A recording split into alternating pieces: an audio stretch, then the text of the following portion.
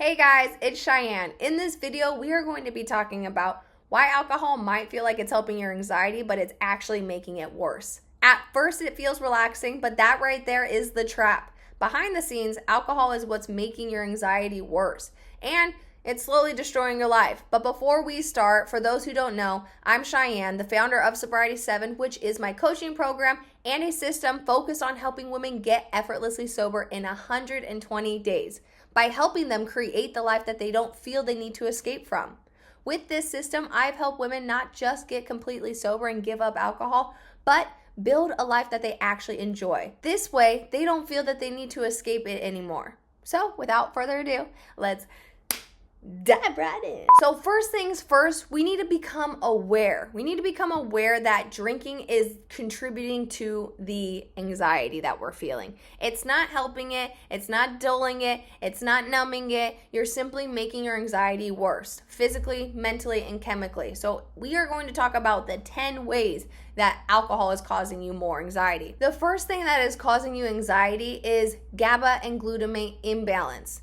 Alcohol boosts GABA, which is the relaxing chemical inside of our brains, and blocks glutamate. When it wears off, your brain panics and then spikes anxiety to rebalance itself. Next, adrenaline surge after drinking. Once alcohol leaves your system, adrenaline kicks it in to wake you up, which can trigger anxious thoughts, restlessness, and that freaking racing heartbeat. You know, when you wake up in the morning, you're like, it's not just anxiety, you're hungover on top of it, so you got some hangxiety. Yeah, enjoy that, right? I got anxiety, stop drinking! Next, alcohol ruins REM sleep, and I am queen sleeper, all right? I need my sleep. You will fall asleep faster, but your sleep is shallow, and then you wake up anxious and restless. Ever since I got this thing, I have noticed how well I sleep. Not only from no alcohol, but I'm also doing no coffee. Which, ironically, you drink coffee because you're tired, but you get better sleep if you just didn't drink the coffee in the first place. Anyway, that's for another video. Next, it creates dependence. You start to rely on alcohol just to feel calm and or confident, which makes sober life feel more anxious and unbearable over time. And another thing, regret and shame from the behavior while drinking. Oh my God. Saying or doing things that you wouldn't sober creates anxiety after the fact because you know damn well you can't blame it on the alcohol. Nope, that was me. Because I decided to drink the alcohol, and damn was I a jackass last night. Not anymore. I wake up sober, I'm like, what did I say? I know what I said. It just feels so good. Next, anxiety. Hangover plus anxiety. After drinking, your nervous system is freaking shot. It is so overstimulated, you feel shaky, emotional, on edge. You waste an entire day just sitting there binge watching TV, ordering in DoorDash, shaking, drinking Gatorade, ton of fucking sugar, and then you wonder why you feel like shit. Stop drinking. Next, loss of control. Nobody wants to get out of control. You may think you want to get out of control, but not remembering what you said or did can create constant fear and embarrassment, especially in social situations. You're going to feel like you have to drink in order to be in social settings. Otherwise, you're like, who am I without it? I remember saying things like, oh, hold on, guys, like I need to get a drink so I can be myself. What? Absolutely insanity. Insanity, my friends. Next, heart rate changes. Alcohol can increase your heart rate during and after, mimicking a panic attack. Next, disrupts gut-brain connection. Alcohol inflames your gut, and a happy gut is a happy life. You need gut health, and alcohol literally is like an atomic bomb to your gut biome, which produces less serotonin and dopamine, which is major mood stabilizers, making you more anxious and emotionally unstable, simply because you're not caring for your happy little gut. Be nice to him. And lastly, number 10, it suppresses emotional processing.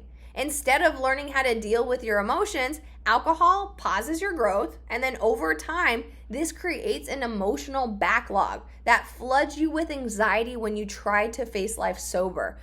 I'm just so emotional. I'm feeling everything. That's because we went ahead and just suppressed everything for 5, 10, 15, 20, 30 years. What do you expect was to happen? Life slapping you in your face with all of your bad decisions, eh? Those were the top 10 reasons why alcohol is contributing to your massive amount of anxiety. If you want to eliminate the anxiety, you must eliminate the alcohol. Now that you're aware that alcohol is literally the very thing contributing to your massive amount of anxiety, what you need to know is that anxiety is showing up for a reason. And it shows up when you keep putting off problems that you know you should be resolving, because your brain knows the truth. Even if you're trying to be sneaky and ignore it, it will catch up. It will find you. Because most of the time, anxiety isn't random. It shows up when you've been putting things off that you know deep down you could be doing something about.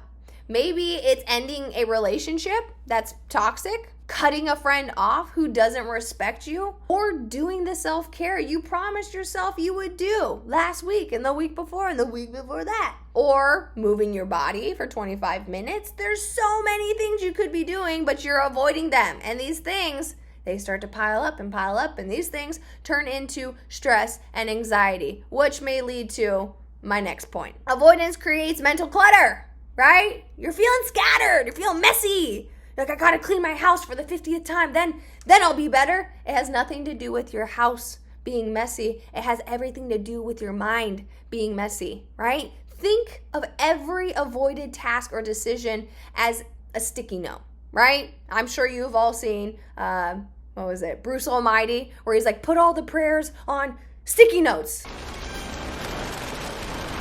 All of it is everywhere. That's how your mind is. You think that it's organized because it's on sticky notes and you've organized it the way you know how to organize it. But over time, more and more get added and they just keep not getting done. And now you start having a whole wall of things that you have to do and you're paralyzed because you don't even know where to start. All that clutter makes it so much harder to focus, harder to rest, harder to feel calm. You start to feel scattered, forgetful, and mainly, while we're here, anxious about life, about everything and anything. That's because your brain is trying to keep you on track of everything you just keep pushing off. So here is the fix for all of this. Action.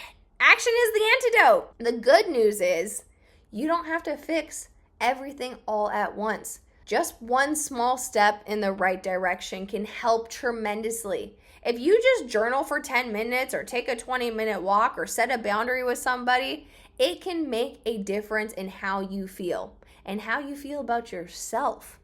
Taking action gives you clarity. And the more you are taking action, the more you are in control of how you feel. Even if your life isn't perfect yet. That's okay. Mine's not. That feeling of control is what helps your anxiety go away.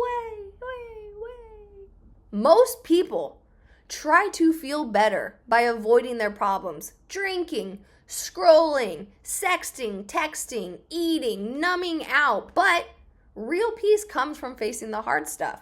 When you do the work, when you show up for yourself, that's what builds your confidence. That's what gives you control and sets you free from anxiety. Finally, one of the biggest ways to get rid of anxiety, aside from taking action on your problems, is to transfer energy out of your body. If you want to release anxiety, instead of just sitting in it, you gotta move your body. You gotta change the physiology of your body. You gotta wiggle. You gotta jiggle, because your body needs it. Your mind needs it. One of the best ways to do this is by journaling. Journaling gives you a place to dump all of your problems that have been circling in your brain. So here's the thing. When you're going to write it out, you're not just venting, you're organizing your thoughts. And this helps tremendously. It helps you see what's really going on, what's true, what's fear, what are the things that need to change. Journaling helps you understand yourself, and that alone can bring you clarity and, most importantly, peace. But sometimes your anxiety isn't just mental, it's physical. That's where exercise comes in. We carry so much tension in our bodies that never gets released. There is no outlet. We just sit with it and it builds. There is something powerful about pushing your body, whether that's a walk or a run or a workout. You burn off energy that doesn't belong. And you make space for the calmer version of yourself to come forward. And isn't that what we all want at the end of the day? Calmer me. So I want to give you a real example. Every single morning, rain or shine, and I live in Florida, I go on a run for 2 to 6 miles. One day, my boyfriend, love him, got into an argument while we were running. We were frustrated, irritated, just not seeing eye to eye on things like the route that we were running. But instead of stopping to fight or shutting it down, we just kept running. And by the end of the run, something shifted. The anger that he had at me and the anger that I had at him, we just looked at each other and both said, I'm sorry. And we moved on with our day, peaceful, because we were allowed to move our body and we got out of our minds for a second. Something about just running super fucking long and hard and you're dead at the end of it. I think we ran 6.66 miles that day. I'm like, that run felt like hell.